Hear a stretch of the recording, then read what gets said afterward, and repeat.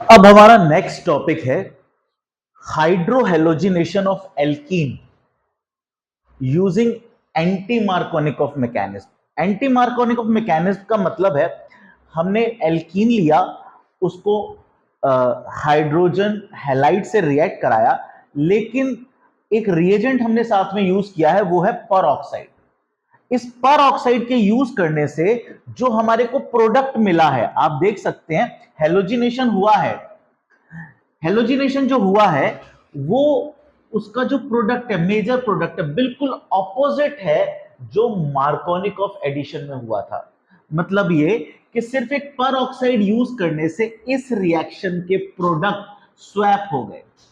जो मार्कोनिक of mechanism में major product था वो इस रिएक्शन में माइनर प्रोडक्ट है, और जो उसमें माइनर प्रोडक्ट था वो इसमें मेजर प्रोडक्ट है। यानी addition of hydrogen and halogen takes place on doubly bonded carbon. इन दोनों कार्बन पे एडिशन हुआ है, यानी एडिशन यहां और यहां हुआ है। मार्कोनिक ऑफ रूल के अकॉर्डिंग नेगेटिव स्पीसी यहां जुड़ी थी और पॉजिटिव स्पीसी यहां जुड़ी थी, लेकिन एंटी मार्कोनिक ऑफ एडिशन में क्या हुआ है, नेगेटिव स्पीसी यहां जुड़ी है और पॉजिटिव स्पीसी यहां जुड़ी है। ये सिर्फ एक छोटा सा चेंज करने की वजह से हुआ है, हमने पर ऑक्साइड का इस्तेमाल किया। ये पर ऑक्साइड क्या है, दिस इज, इसका कंप्लीट नेम है बेंजोइल पर ऑक्साइड। बेंजोइल पर ऑक्साइड, बेंजोइल पर ऑक्साइड का स्ट्रक्चर भी अगर आप जानना चाहें तो इस तरह से होता है। ये बेंजीन लिया, ये सीओ ग्रुप है,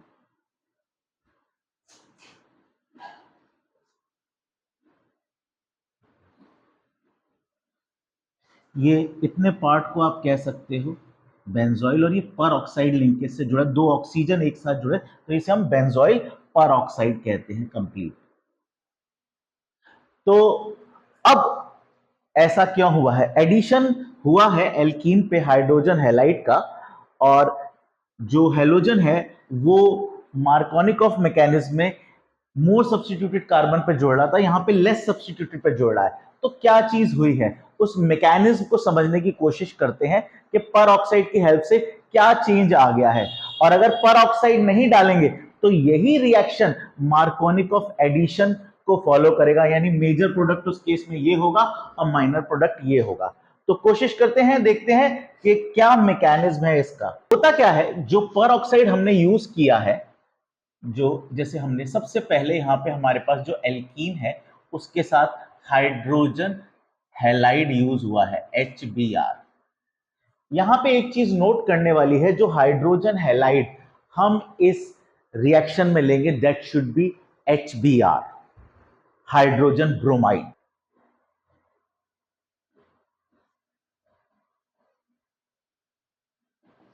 पर ऑक्साइड की प्रेजेंस में HBr डिसोसिएट होता है H फ्री रेडिकल और Br फ्री रेडिकल की फॉर्म,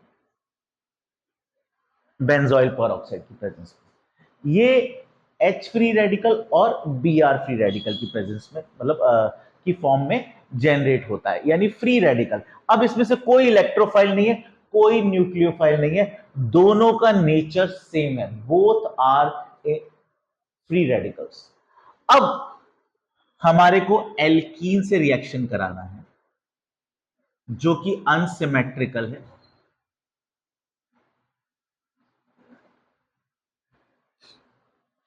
अब H फ्री रेडिकल भी है और Br फ्री रेडिकल भी है, लेकिन कौन सा फ्री रेडिकल अटैक करेगा पहले, पहले कौन सा फ्री रेडिकल अटैक करेगा। तो पर ऑक्साइड की प्रेजेंस में फ्री रेडिकल में टूटे, अब ये दोनों तैयार हैं। जब दोनों फ्री रेडिकल हैं तो यहां पे प्रेफरेंस किसकी होगी, तो यहां पे हम कैसे डिसाइड करेंगे, जो बेटर फ्री रेडिकल है, यानी जो अच्छा अटैक कर सकता है, जो अच्छा अटैक कर सकता है, जो अच्छा कोलिजन कर सकता है, तो यहां पे बेटर फ्री रेडिकल साइज के हिसाब से हम डिसाइड करेंगे। ब्रोम ब्रोमीन फ्री रेडिकल का साइज क्योंकि बड़ा है साइज, इसलिए ये बेटर फ्री रेडिकल होगा। अब ये अटैक करेगा, दोनों कार्बन पे हम अटैक कराएंगे इसका एक एक करके और फिर देखेंगे क्या रिजल्ट आता है। अगर इस ब्रोमाइड फ्री रेडिकल का अटैक यहां पे होता है तो एक इलेक्ट्रॉन ये लेके आ रहा है बॉन्ड बनाने के लिए। अब इस कार्बन से ये एक्सपेक्ट कर रहा है कि एक ही इलेक्ट्रॉन ये दे बॉन्ड बनाने के लिए, तो ये एक इलेक्ट्रॉन यहां पे दे देगा बॉन्ड बनाने के लिए और हमारे को मिलेगा CH3 CH, यहां सिंगल बॉन्ड रह गया CH2 और यहां पे इसके साथ ब्रोमीन के साथ इसने इस इलेक्ट्रॉन को शेयर कर लिया और ये वाला इलेक्ट्रॉन ये रिटेन हो गया वापस इस कार्बन पे, यानी यहां पे ये फ्री रेडिकल है। याद रहे कि हमने जब मार्कोनिकॉफ मैकेनिज्म पढ़ा था तो उसमें HBr H पॉजिटिव और Br नेगेटिव में टूटा था। तो क्योंकि एल्कीन पे इलेक्ट्रॉन क्लाउड रहता है तो Br नेगेटिव तो बिल्कुल हमने डिस्कार्ड कर दिया था, उससे अटैक नहीं कराया था। H पॉजिटिव ने अटैक किया था क्योंकि वहां पे नेगेटिव चार्ज क्लाउड अवेलेबल था, इलेक्ट्रॉन क्लाउड अवेलेबल था। तो H पॉजिटिव ने पहले अटैक किया था, फिर बाद में Br नेगेटिव ने अटैक किया था। यहां पे अटैक करने वाली स्पीसी बदल गई है, Br फ्री रेडिकल, क्योंकि ये फ्री रेडिकल है तो डिसाइड कैसे होगा, पहले तो पॉजिटिव पे वाला अटैक करेगा क्योंकि अटैक नेगेटिव साइड पे करना था। अब दोनों फ्री रेडिकल हैं तो डिसाइड करना मुश्किल है, तो कैसे डिसाइड करेंगे, जिसका साइज बड़ा है वो अटैक ज्यादा करेगा, इसलिए हम उसी को प्रेफर करेंगे अटैक करने के लिए। यहां पे ये फ्री रेडिकल बना। अब हम क्या करते हैं, दूसरे कार्बन पे अटैक कराते हैं, दूसरा केस स्टडी करने की कोशिश करें। इस केस में Br अटैक यहां करेगा तो ये वाला कार्बन इस इलेक्ट्रॉन को ले आएगा बॉन्ड बनाने के लिए और ये इलेक्ट्रॉन इस कार्बन के पास रिटेन कर जाएगा।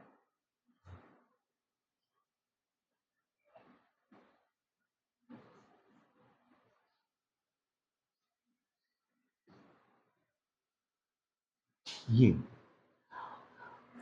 अब ये जो बना है ये है रिएक्शन इंटरमीडिएट, ये एल्कीन थोड़ी देर के लिए इस इंटरमीडिएट फॉर्म में आया। यहां पे ये जो फ्री रेडिकल है ये है 2 डिग्री, 2 डिग्री है सेकेंडरी फ्री रेडिकल, और यहां पे जो फ्री रेडिकल है ये है 1 डिग्री। तो आपको पता है जैसे कार्ब कैटायन का स्टेबिलिटी ऑर्डर है, फ्री रेडिकल का वही स्टेबिलिटी ऑर्डर है। कार्ब एनायन का स्टेबिलिटी ऑर्डर उल्टा है इन दोनों से। कार्ब कैटायन और फ्री रेडिकल का स्टेबिलिटी ऑर्डर सबसे ज्यादा स्टेबल है इसमें 3 डिग्री, फिर 2 डिग्री, फिर सबसे कम है 1 डिग्री। कार्ब एनायन में उल्टा है। तो यहां पे this is more stable, more stable, this is less stable. क्योंकि ये मोर स्टेबल है इसलिए ज्यादा क्वांटिटी में बनेगा, यानी मेजर प्रोडक्ट ये होगा और माइनर ये होगा, यानी ये this would be around 80%, this would be around 20%, तो ये ज्यादा बना। अब लास्ट में बस H फ्री रेडिकल का जोड़ना बाकी है दोनों केस में। तो जितनी क्वांटिटी इसकी ज्यादा है इसका प्रोडक्ट भी उतना ज्यादा होगा। हम H को जोड़ देते हैं CH3, H इस कार्बन पे आके जुड़ जाएगा, CH2 बन जाएगा और ये CH2Br। क्योंकि इसका इंटरमीडिएट स्टेबल ज्यादा स्टेबल था, ज्यादा क्वांटिटी में बना, तो प्रोडक्ट भी यही ज्यादा बनेगा। This will be the major product and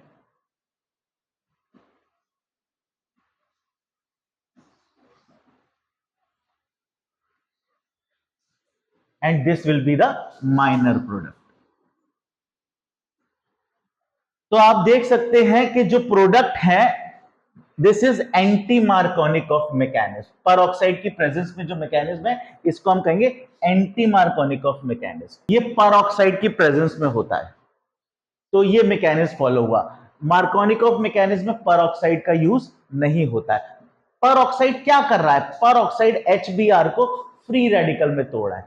तो याद रहे इसमें एक कंडीशन है कि ये रिएक्शन HBr के साथ होगा एल्कीन की, एल्कीन अनसिमेट्रिकल है, ठीक है, और परऑक्साइड का यूज हो रहा है इसमें, and products are just opposite to the products of Markovnikov of addition rule. Now students, we will start with some naming reactions. यहां पे हम पढ़ने जा रहे हैं Sandmeyer reaction. यहां पे हम एराइल हैलाइड यानी एरोमेटिक हैलाइड जैसे क्लोरोबेंजीन या ब्रोमोबेंजीन, इस टाइप से हम एरोमेटिक हैलाइड बनाने जा रहे हैं. तो ये सैंडमेयर रिएक्शन है. यहां पे हम रिएक्शन स्टार्ट करेंगे एनिलीन से. This is aniline. This is aniline. Benzene पे NH2 जुड़ा है तो इसको हम एनिलीन कहेंगे. अब एनिलीन का रिएक्शन एक्चुअली में यहां पे हमें नाइट्रस एसिड चाहिए होता है. Nitrous acid. नाइट्रस एसिड क्या होता है? HNO2. स्ट्रक्चर इसका इस तरह से होता है HON double bond O. This is nitrous acid. This is extremely unstable.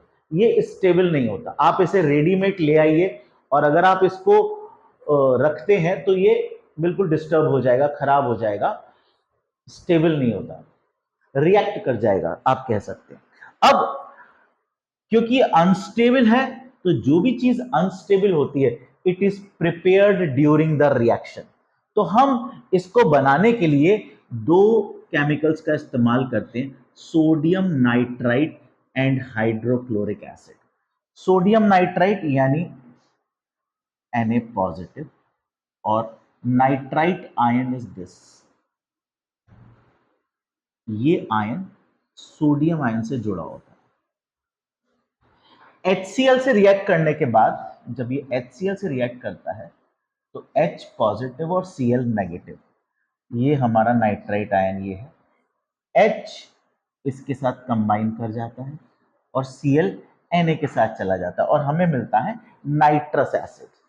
तो H पॉजिटिव ऑक्सीजन से जुड़ जाता है और Cl नेगेटिव सोडियम के साथ अलग हो जाता है. चलिए खैर, लेकिन इंपॉर्टेंट चीज ये है कि हमारे को NaNO2 और HCl मिक्स करने के बाद, कंबाइन करने के बाद, आपस में रिएक्ट कराने के बाद हमें मिलता है नाइट्रस एसिड HONO. HONO जिसे हम HNO2 भी कहते हैं, नाइट्रस एसिड. ये नाइट्रस एसिड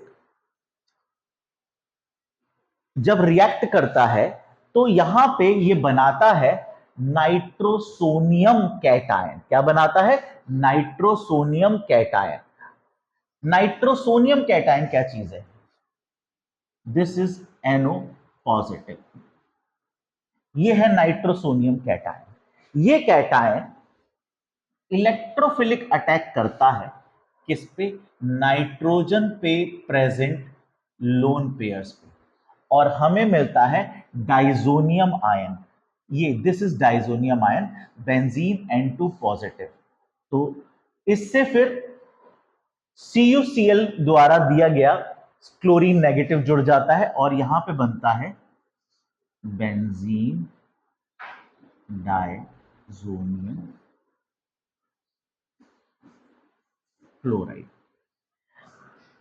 स्टूडेंट्स, हमारा HNO2 का रिएक्शन होने पर हमारे को एक कैटायन मिला which is nitrosonium cation which performs electrophilic attack on the nitrogen site of aniline और हमें मिलता है डाइजोनियम आयन. डाइजोनियम आयन की अगर हम बात करें तो diazonium ion benzene N2 positive, इतने पार्ट को हम कह सकते हैं diazonium ion. This is diazonium ion. और कॉपर क्लोराइड क्लोरीन डोनेट करके, क्लोराइड आयन डोनेट करके इसके साथ जोड़ देता है. This is benzene diazonium chloride. Sandmeyer reaction में हम एनिलीन का रिएक्शन कराने जा रहे हैं. This is aniline. एनिलीन का रिएक्शन कराने जा रहे हैं हम नाइट्रस एसिड से. नाइट्रस एसिड क्या है? नाइट्रस एसिड है HNO2 which is actually HONO. This is nitrous acid. Nitrous acid is unstable. आप इसे रेडीमेड लाके रख के यूज नहीं कर सकते, आपको इसे ड्यूरिंग द रिएक्शन बनाना पड़ेगा, वहीं के वहीं बना के वहीं के वहीं यूज कर लेना होगा, क्योंकि ये अनस्टेबल होगा। तो ये कैसे बनाया जाएगा? हमने लिया सोडियम नाइट्राइट, सोडियम नाइट्राइट, ये नाइट्राइट आयन है, this is negative, this is positive, तो ये सोडियम आयन है, ये नाइट्राइट आयन है। इसका रिएक्शन कराया HCl से, ये H पॉजिटिव है, दिस इज Cl नेगेटिव। तो H पॉजिटिव नाइट्राइट आयन के साथ रिएक्ट करके क्या बना देता है? नाइट्रस एसिड, NaCl अलग हो जाता है। तो इस तरह से हमारे को नाइट्रस एसिड मिल गया। अब ये नाइट्रस एसिड यहां पे क्या करता है? नाइट्रस एसिड फर्दर हमें प्रोवाइड करता है इस रिएक्शन में nitrosonium ion, this is nitrosonium ion. ये नाइट्रोसोनियम आयन इलेक्ट्रोफिलिक अटैक करता है। भाई इलेक्ट्रोफिलिक अटैक कहां होता है? जहां पे इलेक्ट्रॉन की अवेलेबिलिटी होती है। तो इलेक्ट्रॉन की कंसंट्रेशन कहां मिल रही है? नाइट्रोजन पे मिल रही है, एनिलीन पे मिल रही है, तो ये नाइट्रोसोनियम आयन यहां पे अटैक करेगा और हमें क्या मिल जाएगा? Benzene diazonium ion, this is diazonium ion. Benzene पे अगर N2 पॉजिटिव जुड़ा हो तो उसे हम कहेंगे डाइजोनियम आयन। ये डाइजोनियम आयन क्लोराइड आयन के साथ या जो भी आयन अवेलेबल होता है एसिड में, तो उसके साथ जुड़ के बेंजीन डाइजोनियम क्लोराइड बना देता है। अब नेक्स्ट स्टेप में कॉपर क्लोराइड, CuCl भी लिख सकते हैं, Cu2Cl2, किसी भी तरीके से आप इसे प्रेजेंट कर सकते हैं, डाइमर की फॉर्म में आपको रिएक्शन बता रहा है। तो इसमें क्या होता है कि यहां पे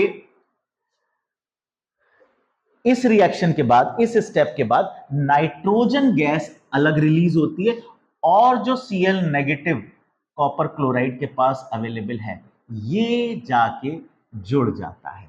लेकिन ये रिएक्शन जो है फ्री रेडिकल मैकेनिज्म में हो रहा है, फ्री रेडिकल मैकेनिज्म। तो यहां पे ये chloride ion as a nucleophile attack नहीं कर रहा, ये as a free radical attack कर रहा है। मैंने एक वीडियो में इसका मैकेनिज्म भी समझा रखा है, तो यहां पे आपको बस इतना समझना है, इतना जानने की जरूरत है कि जो Cl है, Cl नेगेटिव है, ये अपना इलेक्ट्रॉन डोनेट करने के बाद Cl फ्री रेडिकल फॉर्म में आता है और फिर ये यहां पे अटैक करता है। तो यहां पे, और ये जो बेंजीन है ये भी जब N2 को रिलीज कर देता है डाइजोनियम आयन से, तो N2 रिलीज होने के बाद बेंजीन भी फ्री रेडिकल फॉर्म में यहां पे अवेलेबल होता है, तो Cl फ्री रेडिकल और बेंजीन फ्री रेडिकल जुड़ जाते हैं, तो क्लोरोबेंजीन एज अ प्रोडक्ट बन जाता है। तो आप इसको देख सकते हैं, चेक कर सकते हैं मेरे वीडियो में जिसमें मैं सैंड मेयर रिएक्शन का मैकेनिज्म बना रहा हूं, बनाया है मैंने, तो आप कमेंट करके मुझसे लिंक ले सकते हैं उसका। खैर, तो ये पूरा रिएक्शन है यहां पे सैंड मेयर रिएक्शन का, ये पूरा मैकेनिज्म है।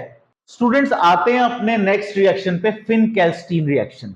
फिन-कैल्स्टीन रिएक्शन, दिस इज ये रिएक्शन किस कैटेगरी में आता है? ये भी न्यूक्लियोफिलिक सब्स्टिट्यूशन रिएक्शन है और इस मेथड को हम हैलोजन एक्सचेंज मेथड कहते हैं। हैलोजन एक्सचेंज मेथड में हम दो रिएक्शन पढ़ेंगे, एक पढ़ेंगे स्वार्ट्ज रिएक्शन और एक है फिन-कैल्स्टीन रिएक्शन।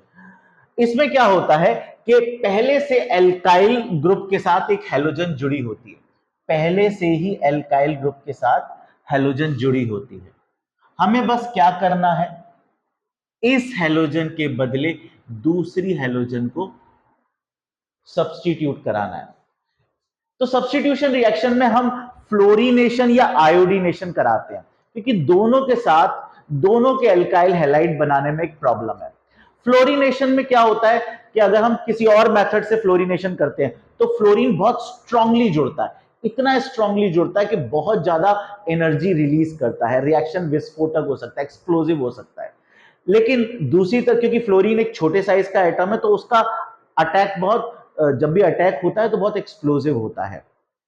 दूसरी तरफ आयोडीन साइज बड़ा है तो वो स्ट्रॉन्ग बॉन्ड नहीं बनाता है, साइज बड़ा होने की वजह से, बॉन्ड लेंथ ज्यादा होने की वजह से वीक बॉन्ड बनाता है। वीक बॉन्ड बनता है तो प्रॉपर्ली अटैच नहीं हो पाता किसी और मेथड से। तो यहां पे हम हेलोजन एक्सचेंज मेथड का इस्तेमाल करते हैं, यूज करते हैं, तब जाके हमें एल्काइल आयोडाइड मिलता है। अब ये देखिए यहां पे इस रिएजेंट का भी एक स्पेसिफिक रोल है एसीटोन का। एसीटोन क्या कर रहा है? सबसे पहले तो यहां पे हम समझेंगे एल्काइल हैलाइड। आपको मालूम है halogen, this is partial negative, this is partial positive, this is iodide ion is negative and sodium ion is positive. तो आयोडाइड आयन यहां पे न्यूक्लियोफिलिक अटैक करेगा, एल्काइल आयोडाइड बनाएगा और NaBr बन जाएगा। अब जिस तरह से NaI सोडियम और आयोडाइड आयन में टूट रहा है, उसी तरीके से सोडियम ब्रोमाइड भी सोडियम और ब्रोमाइड आयन में टूट रहा होगा। तो जैसे आयोडाइड ने ब्रोमीन को, ब्रोमाइड आयन को रिप्लेस करा, अगेन फिर से NaBr ने ब्रोमाइड आयन को तैयार कर दिया, तो ब्रोमाइड आयन को भी इसे रिप्लेस कर देना चाहिए। यानी आयोडीन ब्रोमाइड आयन को हटाएगा, ब्रोमाइड आयन फिर से आयोडाइड आयन को हटाएगा, और ये साइकिल चलता रहेगा और हमारे को प्रोडक्ट नहीं मिल पाएगा। क्योंकि भाई ये भी आयोडाइड आयन भी तो एक न्यूक्लियोफाइल है, वो क्या कर रहा है? ब्रोमाइड आयन को सब्स्टिट्यूट कर रहा है, फिर ब्रोमाइड आयन अवेलेबल हो जाएगा यहां पे और ब्रोमाइड आयन फिर से सब्स्टिट्यूट करेगा। तो यहां पे अब रोल प्ले होता है कि भाई एक बार जब आयोडाइड आयन ने ब्रोमाइड आयन को सब्स्टिट्यूट कर दिया, एल्काइल आयोडाइड बन गया, तो वही काम दोबारा ब्रोमाइड आयन ना कर पाए, तो इसके लिए हमें क्या करना है? इसके लिए हम एक सॉल्वेंट का इस्तेमाल करते हैं, एसीटोन। एसीटोन क्या है? This is polar aprotic solvent. ठीक है, अब ये क्या करता है? ये सोडियम आयोडाइड को तो डिसॉल्व कर देता है। सोडियम आयोडाइड को जब डिसॉल्व करेगा तो क्या बना देगा? इसको डिसॉल्व करेगा, इसको डिसॉल्व करा और सोडियम आयन और आयोडाइड आयन इन दोनों को सेपरेट कर देगा, यानी इसको डिसॉल्व कर देगा और आयोडाइड आयन आपको अवेलेबल होगा न्यूक्लियोफिलिक अटैक के लिए। ठीक है, अब लेकिन ये सोडियम ब्रोमाइड को और सोडियम क्लोराइड को डिसॉल्व नहीं कर पाएगा। ये सोडियम आयोडाइड को तो डिसॉल्व कर रहा है, सोडियम आयन और आयोडाइड आयन को तो सेपरेट कर रहा है, लेकिन सोडियम ब्रोमाइड और सोडियम क्लोराइड को सेपरेट नहीं कर पा रहा है, इसको डिसॉल्व नहीं कर पा रहा। तो ये क्या होते हैं? ये प्रेसिपिटेट हो जाते हैं, ये प्रेसिपिटेट हो जाते हैं। जब ये डिसॉल्व ही नहीं होंगे तो ये टूटेंगे कैसे? Na और Br आयन में तो टूटेंगे नहीं, तो ब्रोमाइड आयन अटैक के लिए अवेलेबल नहीं होगा।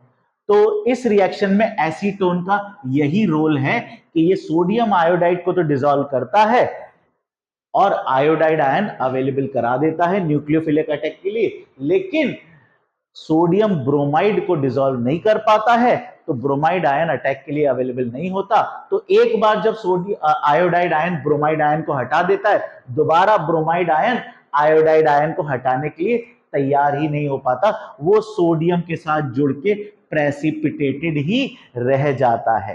तो नोट कर सकते हैं पॉइंट। अब आते हैं फ्लोरिनेशन। अब ये भी एक हेलोजन सब्स्टिट्यूशन मेथड है। यहां पे क्या है? सिल्वर फ्लोराइड है। अब यहां पे AgF, फिर से वही सब्स्टिट्यूशन होगा, ये इस पे अटैक करेगा, ब्रोमाइड आयन सब्स्टिट्यूट होगा और एल्काइल फ्लोराइड मिल जाएगा। AgF के अलावा और भी फ्लोरिनेटिंग एजेंट क्या है?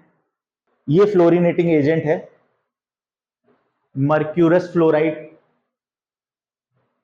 कोबाल्ट फ्लोराइड और एंटीमनी फ्लोराइड। तो ये आप नोट कर सकते हैं। स्टूडेंट, यहां पे हमारी preparation of alkyl halide over होती है। अब हम एक टॉपिक पढ़ेंगे जो है ऑप्टिकल एक्टिविटी। ऑप्टिकल एक्टिविटी के बाद हम physical and chemical properties of alkyl halides पढ़ेंगे। तो ऑप्टिकल एक्टिविटी हम नेक्स्ट वीडियो में समझेंगे। अगर ये वीडियो आपको पसंद आई हो तो लाइक करिए, शेयर करिए और सब्सक्राइब करिए। Thank you.